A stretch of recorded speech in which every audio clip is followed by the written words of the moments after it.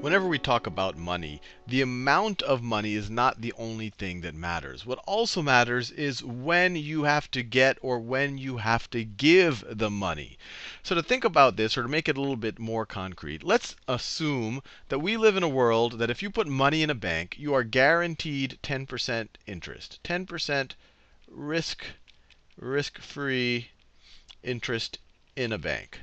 And this is high by historical standards, but it'll make our math easy. So let's just assume that you can always get 10% risk-free interest in the bank. Now, given that, let me throw out scenarios and have you think about which of these that you would most want. So I could give you $100 right now. That's option 1.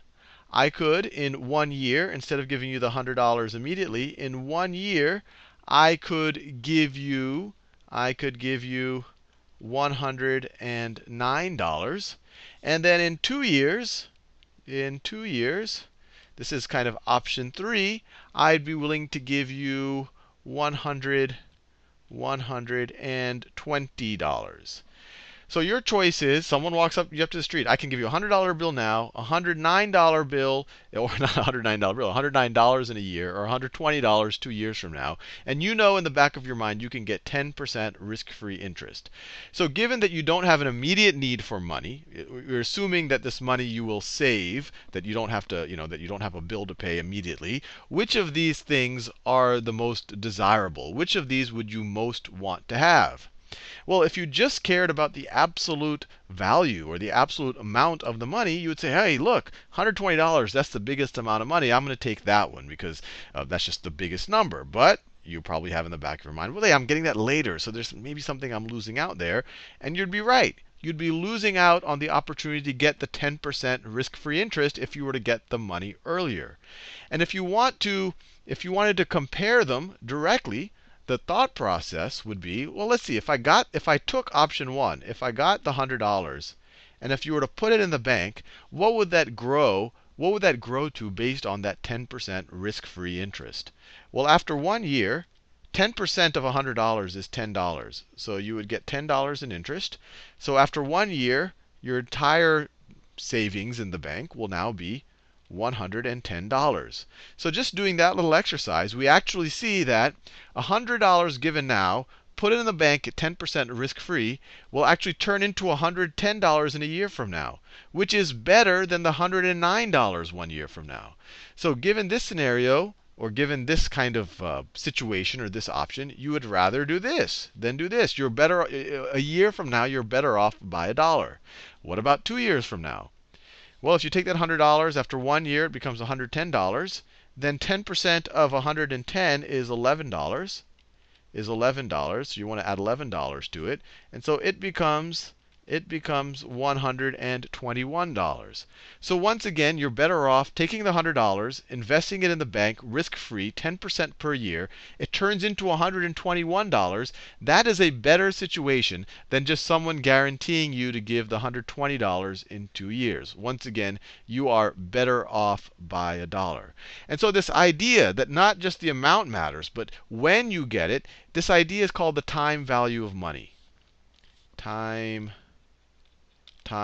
value of money. Or another way to think about it is, think about what the value of this money is over time, given some expected interest rate. And when you do that, you can compare this money to equal amounts of money at some future date.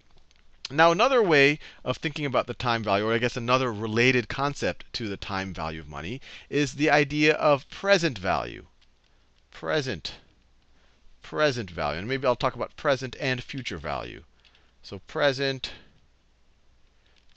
and future value.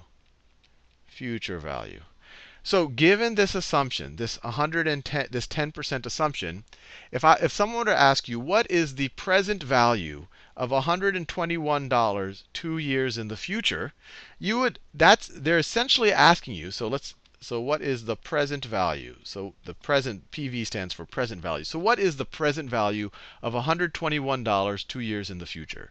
That's equivalent to asking what type of money or what amount of money would you have to put into the bank risk-free over the next 2 years to get $121. And we know that if you put $100 in the bank for 2 years at 10% risk-free, you would get $121. So the present value here, the present value of $121 is the $100. Or another way to think about present and future value, if someone were to ask, what is the future value? So what is the future value of this $100 in 1 year? So in 1 year, well, if you get 10% in the bank, that's guaranteed. Its future value is $110. After 2 years, its 2-year future value is $121. And so with that in mind, let me give you one slightly more interesting problem. So let's say that let's say we're going to assume this the whole time. That makes our math easy, a 10% risk-free interest. And let's say that someone says that they're willing to give us $65 in 1 year. And we were to ask ourselves, what is the present value of this? So what is the present value? What is the present value of this? So remember, the present value is just asking you what amount of money that if you were to put it in the bank at this risk-free interest would be equivalent to this $65. Which of these two are equivalent to you? And so you would say, well, look, whatever amount of money that is, let's call that x. Whatever amount of money that is times, if I grow it by 10%, that's literally I'm taking x plus 10% x plus, let me write it this way, plus 10% times x. Oh, let me write it, let me make it clearer this way. X plus 10% of x should be equal to our $65. If I take the amount, I get 10% of that amount over the year. That should be equal to $65. And this is the same thing as a 1x, or we could say that 1x plus 10% is the same thing as 0.10x is equal to 65. Or you add these two, 1.10x is equal to 65. And if you want to solve for the actual amount of the present value here, you would just divide both sides by the 1.10.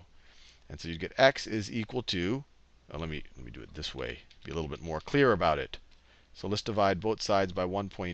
And really that trailing 0 doesn't matter. We're not really too worried about the precision here because this is actually exactly 10%.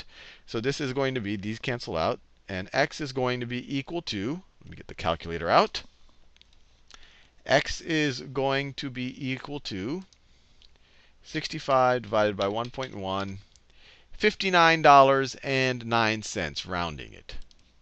So x is equal to $59.09, which was the present value of $65 in 1 year. Or another way to think about it is, if you wanted to know what the future value of $59.09 is in 1 year, assuming that 10% interest, you would get $65.